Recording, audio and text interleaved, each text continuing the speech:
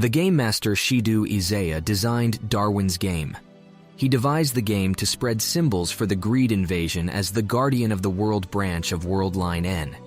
He scouts players and have them work for him as executioners, which he employs to remove rule breakers and researchers from the game in exchange for a privilege. By clicking a link in an email and tapping the start button, a snake appears from the phone and bites the person, leaving a barcode-like symbol. Unless they die, complete the game, or murder the game master and destroy the system, players cannot leave the game. Disclosing the game's existence will deactivate a player's account, but it's unclear if the game will kill them. Worldline N players cannot avoid the game by shutting off their connection or damaging their cell phones. Don't forget to like and subscribe. KaKuNime Sudo, a high school student, receives an invitation to join a game, a mysterious online survival game. As he enters the game, KaKuNime is confronted by Banda-kun, a player who can turn invisible. With the help of his friend Kyoda, KaKuNime narrowly escapes, discovering that the game grants each player a unique ability called a sigil. During a match, KaKuNime's luck turns when Banda-kun is accidentally struck by a car while invisible, ending the battle. However, Kyoda succumbs to his injuries, leaving KaKuNime with a message to survive. KaKuNime's remarkable performance catches the attention of Shuka Karino, a high-ranking player who invites him for answers. At a warehouse meeting, Shuka reveals the harsh truth that there is no escape from Darwin's game. As KaKuNime's own sigil becomes unresponsive, Shuka attacks him. Using his wits, KaKuNime unlocks his dormant sigil, the power to recreate touched weapons. He sets a trap and defeats Shuka, who surrenders upon realizing KaKuNime's lack of knowledge. In a surprising turn, Shuka offers KaKuNime shelter for the night at her mansion, their fates intertwined in this treacherous world. KaKuNime's journey in Darwin's game has only just begun, as he strives to uncover its secrets and survive the deadly challenges that lie ahead. Shuka extends an invitation to KaKuNime, urging him to join a clan, a group of players who battle and earn points together within the game. She explains the significance of points, as they can be used as in-game currency or even redeemed for real-life cash. Shuka advises KaKuNime to temporarily hide his name from the challenge list after his recent victories against high-ranked players. However, Shuka warns KaKuNime about the game's strict rules. Revealing any details about Darwin's game to non-players can result in forceful teleportation. With this knowledge in mind, Shuka and KaKuNime receive a notification for the game's first major event, the treasure hunt in Shibuya, exclusive to selected players. As they venture into Shibuya, they encounter a mysterious player known as Inukai, who warns KaKuNime to protect his cell phone. Unfortunately, the encounter leads to Shuka and KaKuNime being separated and teleported to different parts of the city center. The treasure hunt event requires the 300 participants to collect at least 3 rings within a time limit, even though there are only 300 rings available. Each ring holds different point values based on the gemstone set into it. Amidst the chaos, KaKuNime finds himself on the 27th floor of a hotel building where he encounters Rain Kashiwagi, a middle school student known as the Analyst. Rain's exceptional ability to procure and sell information, including KaKuNime's location, draws the attention of Inukai. KaKuNime finds himself joined by Rain and Shuka as they face a new threat within Shibuya. Alongside them is Wang, the formidable leader of the notorious 8th clan, who also participates in the game. As KaKuNime steps out of his hotel room, he discovers a grim reality.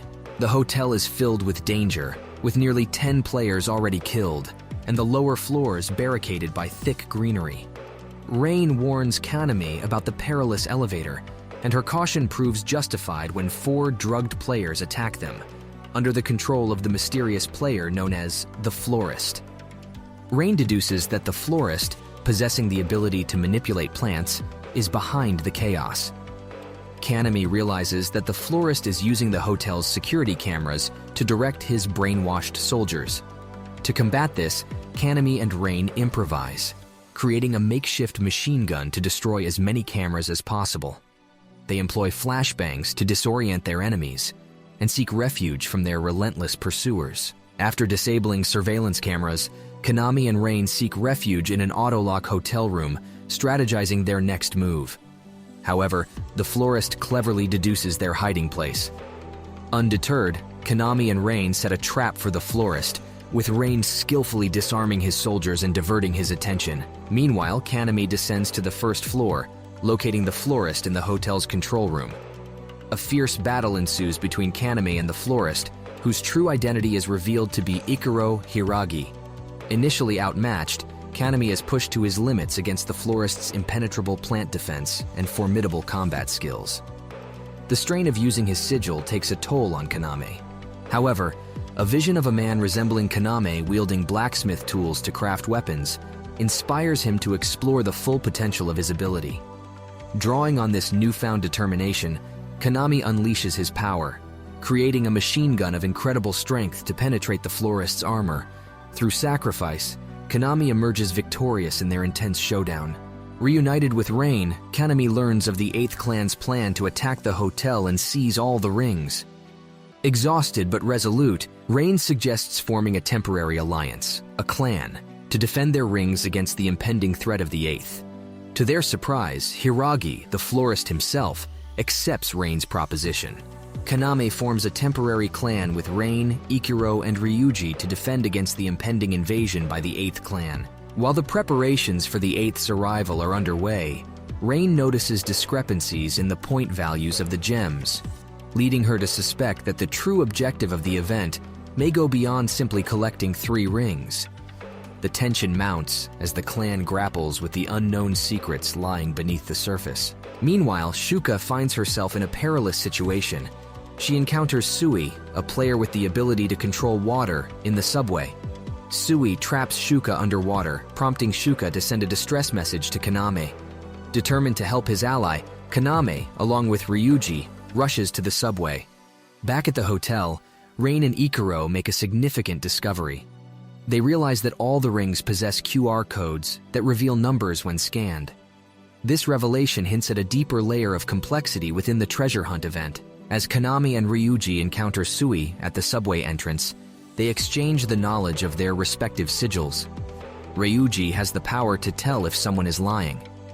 Using this, Ryuji grows confrontational towards Sui, sensing that she is hiding something. Sui, a young girl inhabited by the spirit of her late twin brother Sota, leads Ryuji into a trap at a convenience store. Utilizing bottled water as a weapon, Sui launches an attack.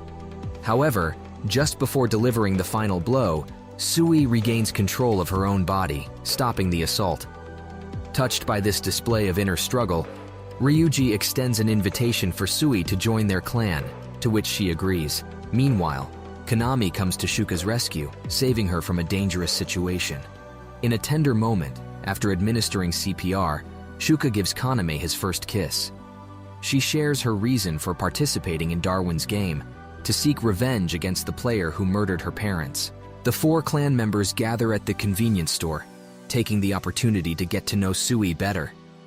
As night falls, the next set of rings is distributed, with the highly coveted diamond ring spawning at the hotel. Rain seizes this chance to obtain the code from the ring, uncovering valuable information. Ikuro, revealing his personal motivations, explains that he plays Darwin's game to support his daughter Suzune, who suffers from a serious heart condition. As the 8th clan invades the hotel, Ikuro takes possession of the rings, using them as bait and concealing the location of his fellow clan members. He skillfully sets a trap, eliminating several members of the 8th clan. Seizing the chaos as an opportunity, Rain sets off towards Shibuya Station. Analyzing the numbers revealed by the rings, Rain deduces that they correspond to latitude and longitude coordinates, unveiling a clue to the true treasure hidden within this event. Ikuro, confronted by Sig and his devastating pyrokinesis sigil, finds himself at a severe disadvantage. Having set a trap at the hotel, Ikuro lures Sig in a desperate attempt to activate it. However, Keiichi, one of Wang's formidable henchmen, interferes. The vicious encounter leaves Ikuro gravely wounded. Using his sigil to cling to life, Ikuro activates the trap, causing the hotel to collapse, crushing the 8th clan members within. Meanwhile, Rain arrives at Shibuya Station, determined to uncover the true treasure. She learns that the 8th clan, although aware of the treasure's location, couldn't find it without the code from the diamond ring.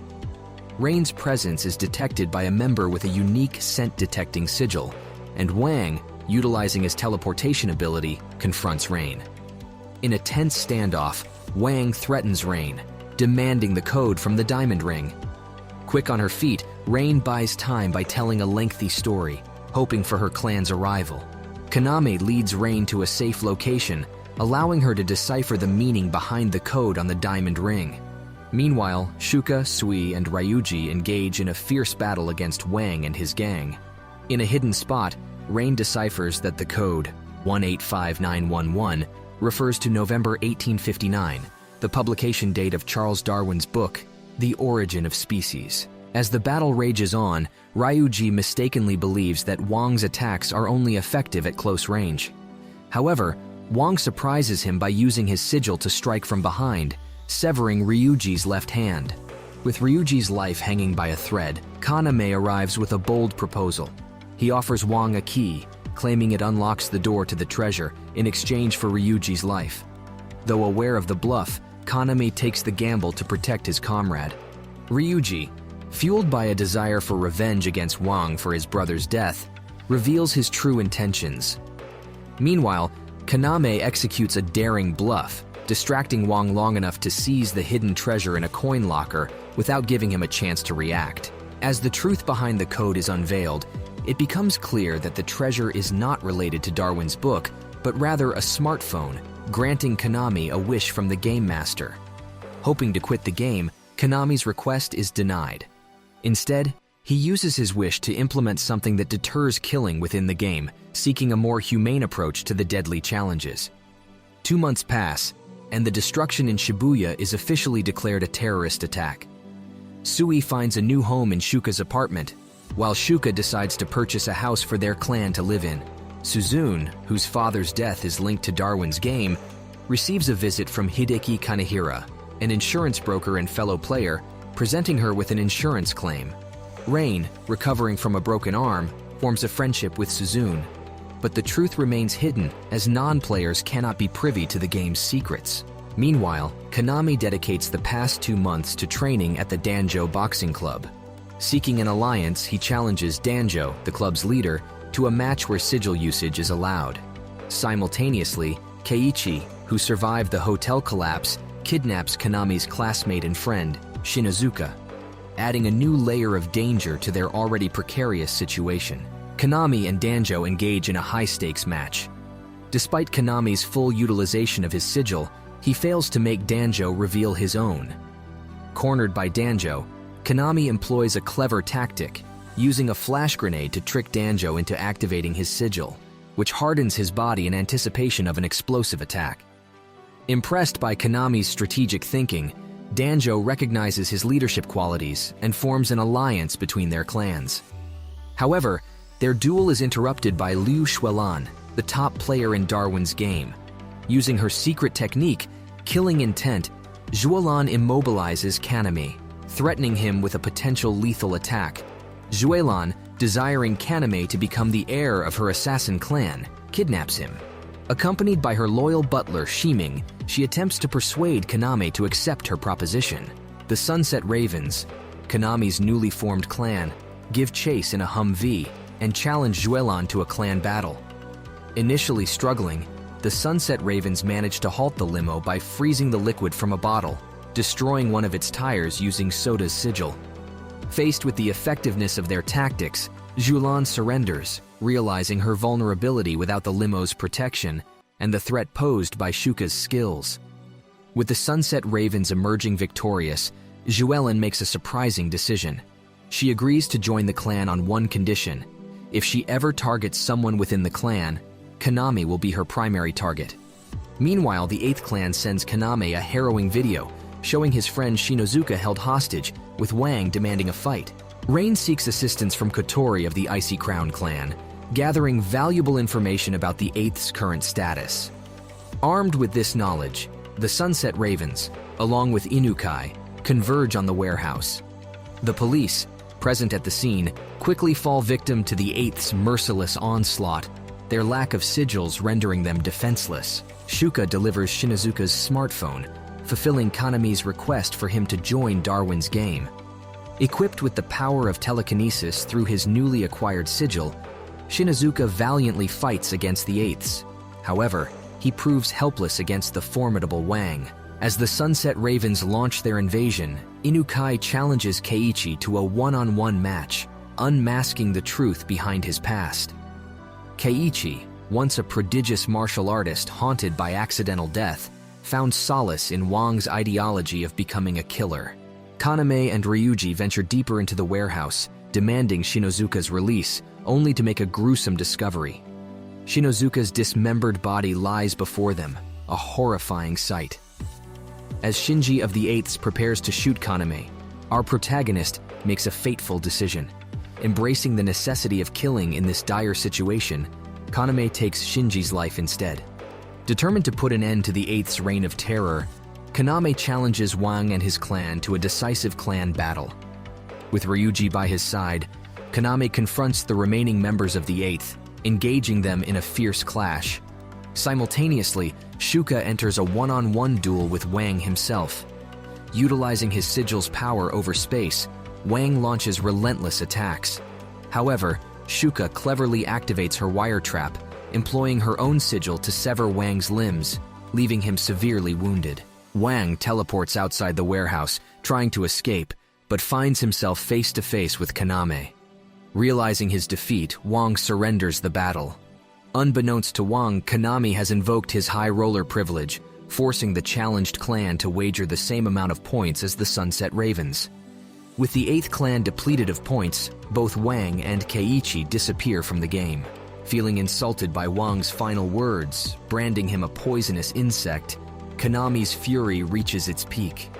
As Wang vanishes, KaKuNime fires a final shot, a symbol of his resolve. Elsewhere, Oboro, having completed an assassination job, receives a message from the Game Master regarding KaKuNime's ascension, hinting at new challenges to come. In the aftermath, the Sunset Ravens easily capture Shibuya, leaving survivors to spread the message of fear, establishing their dominance and prohibiting the game within their territory.